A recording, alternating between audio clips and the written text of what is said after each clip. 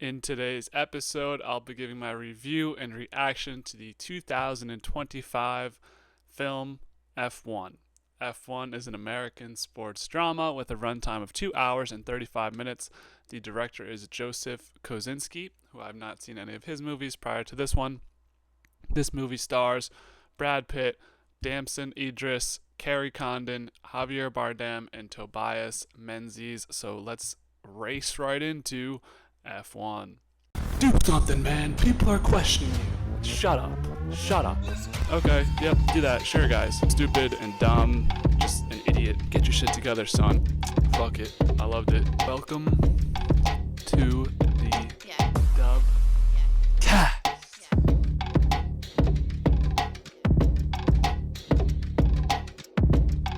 F1 was a very surprising W. I was actually not expecting to see this movie at all. Hadn't really heard much of the scuttlebutt or hype about it before going into the theater, but, was convinced by a couple friends, let's go see the movie. Fuck it, I gotta get my 12 movies for in theaters this year, and I was glad to add F1 to the list, man. F1 was a really good movie. I did start to hear some stuff prior to me deleting X about how F1 was good. This movie's been out for a while in theaters, so I know this is kind of a late watch, but I liked F1. I thought this was a very good story.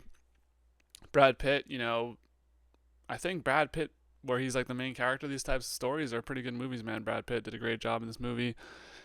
Whole bunch to get to. For my theater reviews, I do it a little bit differently, so we'll do my thoughts and reactions, then we'll get to my score and review and compare it against other movies, and then that's it, because I don't take notes in the movie. I don't go on my phone ever in the theater, okay?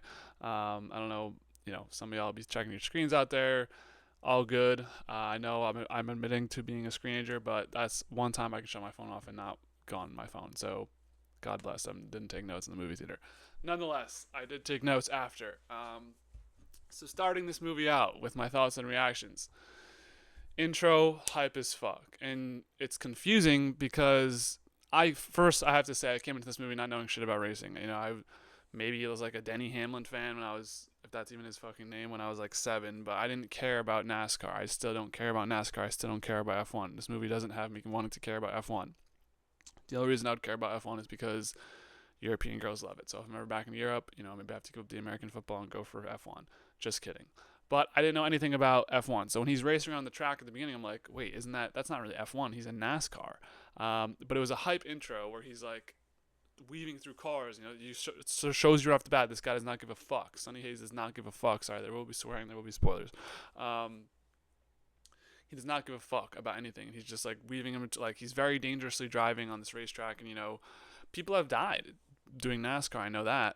Over the past couple of years, I think at least one person has died. So RIP to them. But this is not a sport to play around in. I don't know. My eyes tweaking, man. Sorry, we keep it real here. Yeah, but he's passing people. He wins some sort of race in NASCAR, and I know one of my friends watches NASCAR. I guess there's NASCAR every Sunday. Like I said, I could not be bothered to watch that, but you do you. This movie was a great time. Continuing on. So right off the bat, they throw the Hayes or the Sonny Hayes character in your face. You're like, oh shit, this guy's for real. How's he gonna get involved in F1? Awesome first conversation between him and an old pal, Ruben, at breakfast. It's the classic Brad Pitt where he's like, yeah, I ain't doing shit, bro. I'm not joining your little F1 thing. And then, of course, he shows up at the track the next day. But, knowing what we know about this movie, we knew he was going to accept, but it's like the classic scene of like pretending like he's not going to accept and considering it. And, we don't really know much about Sonny Hayes at this point, but seems to be a bit of a loner. He's got asked the woman at the diner, what should I do? He's going to do it, of course. So he obviously makes his way over to their place to join the team, and he finds out he was the 8th to 10th option. So this was a funny bit through the movie. He was obviously a star back in the day, which crashed in the Monaco Grand Prix, I believe, and it's a little bit risky business because he was so good, but then he crashed out. Like, I think if you follow any sports, somebody exactly like that. Like, damn, he had all the potential in the world, Malcolm Mitchell, and then his knee just blew up. And, that's kind of the thing, I think that's like a main point of either Cars 2 or 3. Nonetheless, I think Cars 3. But, yeah, he is back in it, and he's not used to F1 Prime. F1. He's not in his F1 Prime because he used to race F1, but now he just does all these like junk circuits as they call it. Mostly, and I don't know, because NASCAR is like pretty. I thought NASCAR is pretty highly respected, but I know F1's like the cream of the crop, Max Verstappen, all that bullshit. So it's funny to see him come back and do F1, and then also like get used to all this gear and get used to all this high tech, which he actually seem like seamlessly fits right into that shit. We'll talk about the girl later, but thought this was a funny little bit, and this movie is very intense at some points, but also has some very funny points, which I think helps add to it. This would be a great movie to go take your kid to. I don't know what the rating is. Should I look up the rating? Because if it's like PG, like take your kids to this, bro. Okay, it's showing fucking stars. Meanwhile, I'm PG-13. Okay. Maybe your son would want to see this, or your daughter likes Brad Pitt. I don't know, but I would check this out because it felt like a very good story, well told, and it seemingly like this would be like something that young people would love. It's kind of like a car story, but if it's PG-13, maybe they're swearing, there is sexual implications, I guess. I don't know. I haven't cared about PG-13 in 10 years, so I'll keep moving. Yeah, so some funny moments. I liked it, and then also he's super old for a driver, which a lot of stuff that was new to me for driving is how in shape the drivers have to be. Like, don't you just have to press the pedal and the brake? I mean, I'm just saying, man, like, good for these guys. Brad's got the boys running or Sonny's got the boys and girls running every morning. Like, good for them, but how fit do you really need to be? Like, I don't know if maybe it's probably good to maintain some level of fitness, but I don't know if that's like, I don't know. That just seemed kind of useless, but I guess it's something they do because everyone is doing it. So moving on, yeah, he kind of crash fails at this initial attempt where they have 2 or 3 laps. He slowly does the first 2 laps, and then they find out his third split was actually faster than the other character, is it Joshua Pierce. I think I know it. Jonathan Pierce. It's like ringing a bell. Anyways, Joshua Pierce is his like contemporary. I guess they do duos too in F1, which is really confusing. And if you're actually an F1 fan of like the actual F1, not the movie, God bless you, because you're probably gonna get so pissed off. Because I don't know anything about F1. I just came into this movie blind, and I know the comments were like all the comments on TV Time, which shout out TV Time as always, but they were like, this is not a true representation of F1, but it was still a great movie. There you go. That's all. That's my disclaimer. That's all I'll fucking say. So the initial test, he crashes on the third thing. I thought he was gonna show up and just beast them all because they're all doubting him. They're like, you're the 10th person we've picked, blah blah blah. But then he crashes, of course. But did have a faster split at one point, and he has a tough time with the F1 technology, obviously coming back after a while. And these cars are complicated, man. There's a lot of engineering, there's a lot of technology upgrades, and I don't know what the fuck they were talking about. They're like the V6YZ. I don't know, man. Just tell me how to press the pedal. No, it is more complicated than just pressing the pedal, which I said earlier. But it still doesn't require physical activity, where you're like switching the knobs into the gears and stuff, and that's more like brain power, and they do simulated driving and stuff. I still don't know how having to be in shape affects you as a driver. So actually, I would really like to be educated on that if there's somebody out there who is going to watch this video. Who knows that racing. I digress. Moving along. So he fucks up the course. They're like, this guy's an idiot. But Ruben's already taken the gamble. He's already put all of his eggs in this basket. He also mentioned that to Sonny before, that if Sonny fails, like, he's cooked. He's done. He has to sell the team, and if you're a fan of sports, selling the team is not what you want to do, because some of the owners like their team, or some of the owners like their sport and like to be involved and are rich people. So if you're forced to sell, like, you have those assets that could only go up. I don't have to explain fucking sales to you.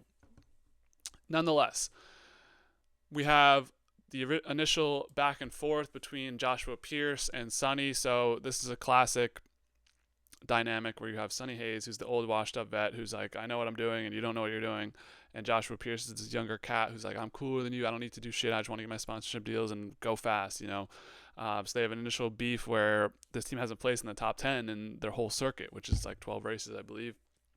So Sonny starts in a better position than Joshua, doesn't let him pass, and he says, this is a little bit hypocritical on Sonny's end here, but I know it's explained later on, but he's like, you have to work to pass me too. I'm not just going to let anyone pass you.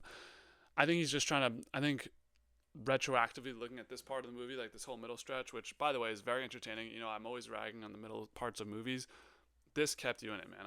I loved every, the middle scenes weren't lagging at all. So that's what's going to make this a better movie than most in my score. Anyways, Joshua Pierce is not happy that Sonny let him go because you need to get higher placements or didn't let him go to get higher placements, to get better sponsorships, to, become more famous. And Joshua Pierce is a typical Gen Z or Gen millennial who cares about fame, doesn't care about actually doing the work, So when Sonny doesn't let him pass, this causes an impasse in between them both.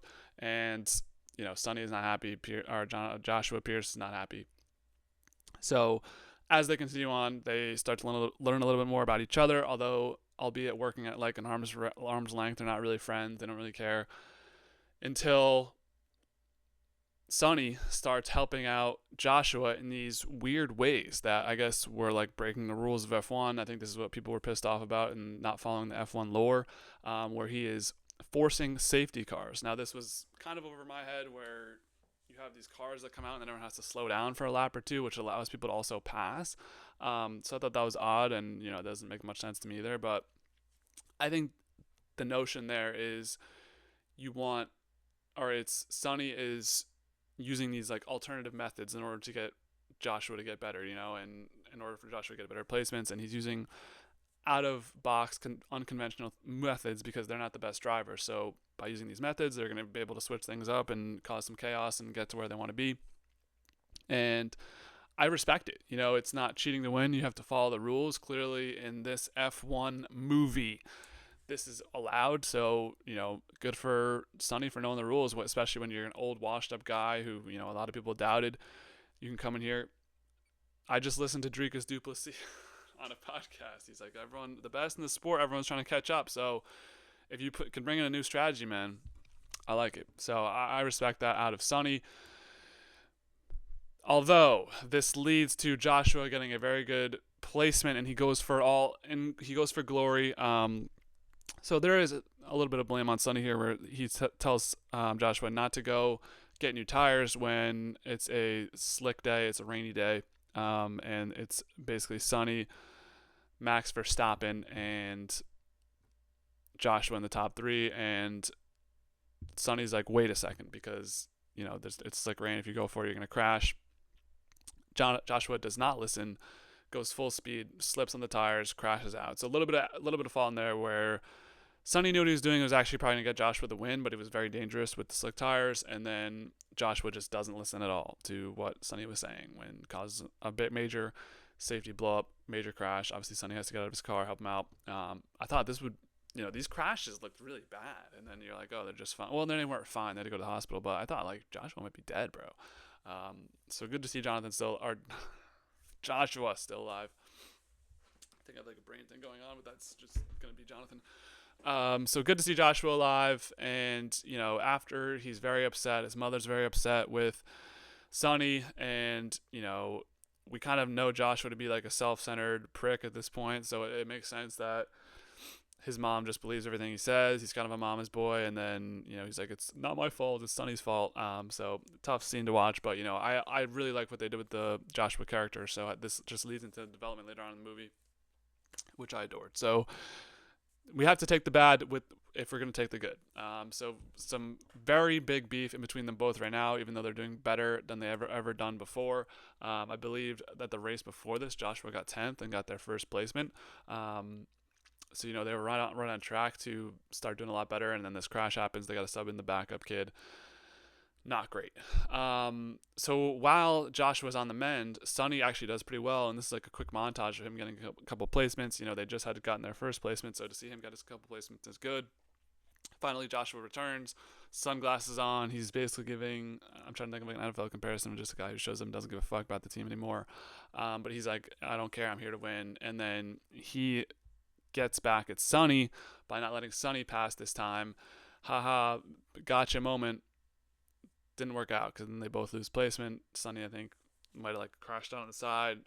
His car crashed on the side. I forget specifically what happened in this race, but they could have done a lot better. But Joshua gets in the way this time, and this is where Sonny's like, "You don't know what you're fucking doing," which is fair. But also, you said the same thing in the beginning. Albeit you have much more strategy and much more knowledge of the game. There is a little bit of hypocrisy in there, though. We can at least admit there is a little bit of hypocrisy in there, Sonny. So yeah, the relationship's at an all-time bad time right now between Joshua and Sonny. But there is the technician who I'd mention later, and yeah, she's kind of like a background character in this movie up until this point, but she's pretty chill.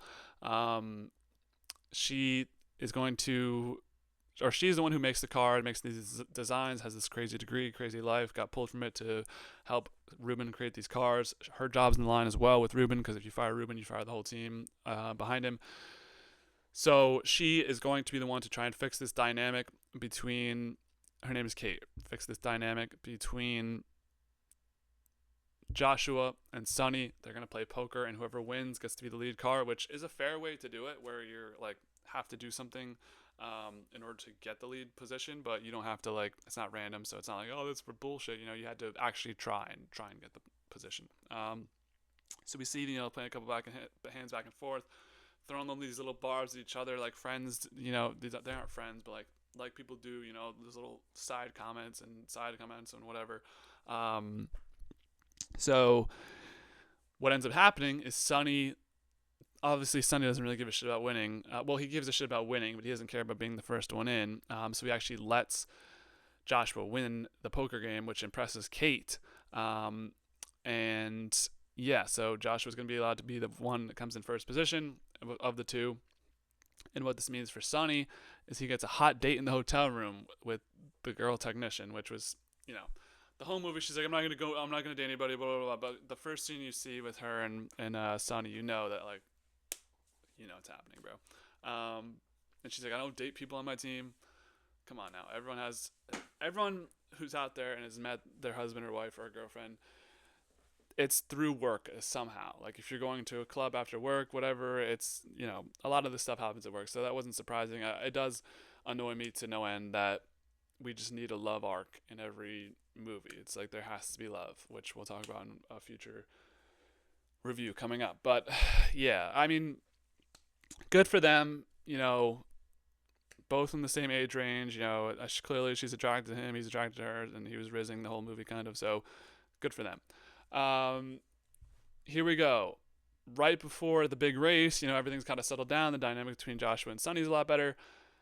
There is a claim through the racing agency that the upgrades they made to the car is illegal. So the woman technician got to work for Sonny because Sonny requested these cars for combat, because he is an aggressive driver. We saw that right off the bat, even in NASCAR. And there's some sort of like switch engine thing that they can do to drift off people. And I wish I could understand drift. I still don't really understand it. Is that when, like, because every time I'm at a stoplight, everyone lets me go first, and I'm always curious about that. Are people just like idiots and don't start, or they, like, don't want to get a backwind drift? I don't know. But Sonny is very upset about these illegal car claims, and it gets into his head. He's like dozing off during the race. He doesn't have his usual card with him, which I should mention. He's throwing cards. He's got these shuffled cards. Ruben is not happy either, but they're going to go through the race. And while Sonny is racing, mentally crash out, and also physically crash out, where he's like out to lunch, crashes, goes in the hospital, wakes up in the hospital. Ruben sees his past injuries from the original Monaco thing that said he should never race again. Obviously, he disobeyed that. He loves racing. And then so Ruben's like, I gotta let you go, because you're not allowed to race and you're just gonna kill yourself, and I don't want to be responsible for your death.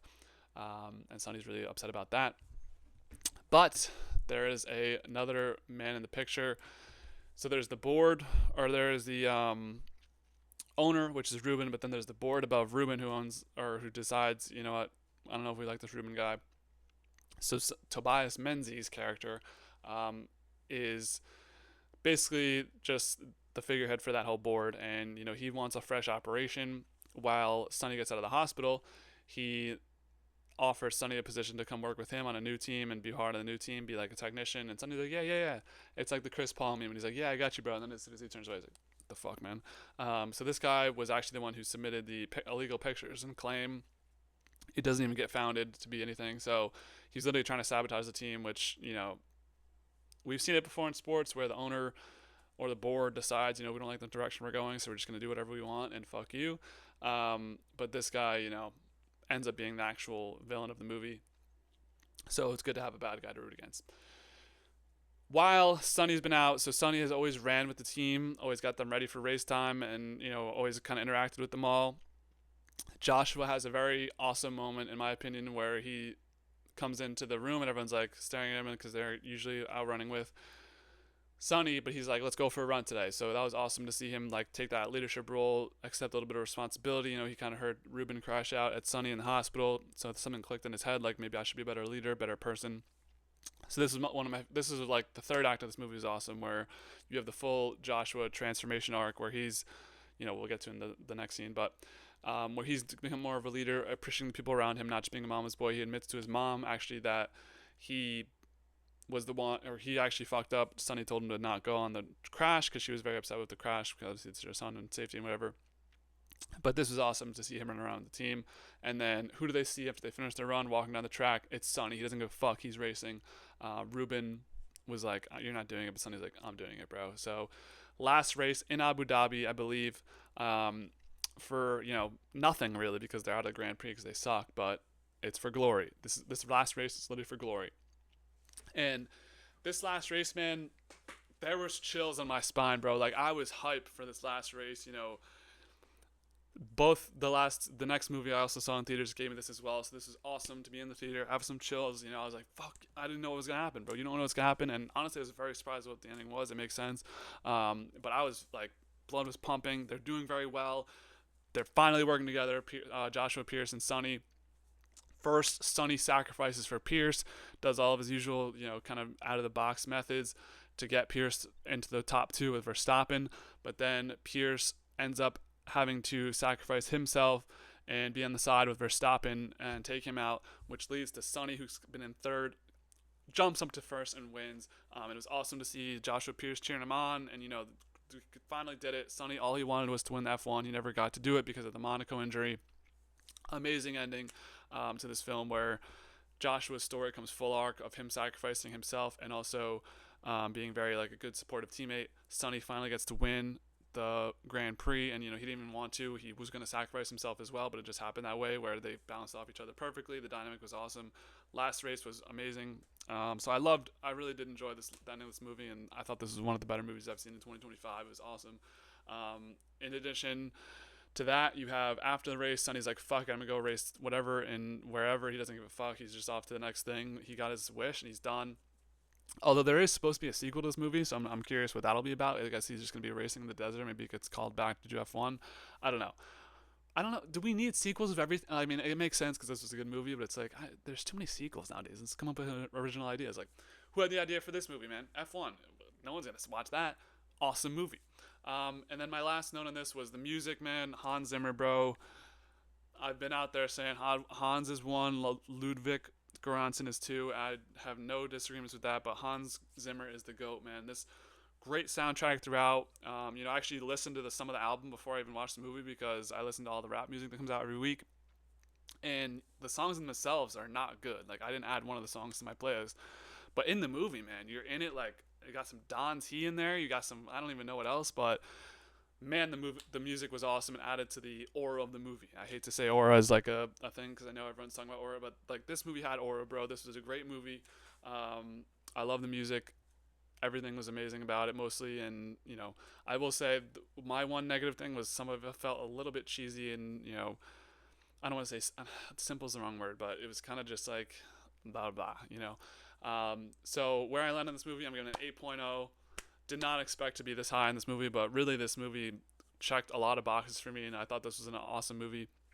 Sports movie. Sports movies don't usually do well, but I really enjoyed F1 and would recommend this to any Brad Pitt fans or just someone looking for a good movie to check out. I think it's going to come out of theaters soon, but wow, F1, Loved it. 8.0 for F1.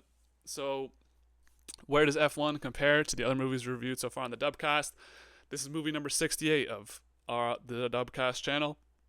Comes in at number 27 so far of the 68, and this ties Last Samurai at an 8.0. I would take this movie slightly over Last Samurai. Last Samurai did have some more dragging points. There wasn't a moment in this movie that I was like dragging behind. Some of it was a little bit cheesy, but it wasn't dragging. So I'm taking F1 as the best 8.0 on the board so far. This loses out to Inglourious Basterds, which is a 9.1, and beats out Bullet Train 7.9, Mr. and Mrs. Smith 7.9, Snatch 7.5.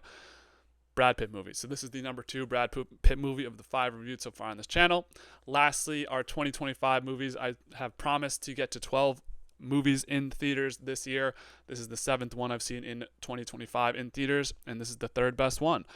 This loses out to Sinners, which I think a lot of people out there would agree that Sinners is better than this movie. 28 Years Later, hot take. Some people didn't like that one. I thought 28 Years Later was amazing. Go check out my review if you want to see why. And then beats out The Amateur, Ballerina, Thunderbolts, Captain America, Brave New World. So number 3 for F7 or F1. We'll see what happens in the future, but really impressed by F1. Really was surprised to have this movie be this high and come out of it being excited. I just wanted to go check it out, hang out with some friends, and see a movie in theaters, and this did the trick, man. This was a great movie, 8.0. So that's my thoughts on F1. What did you guys think of F1? If you saw it, if not, check it out and get back to me. I'll leave out that, and as always, be easy, y'all.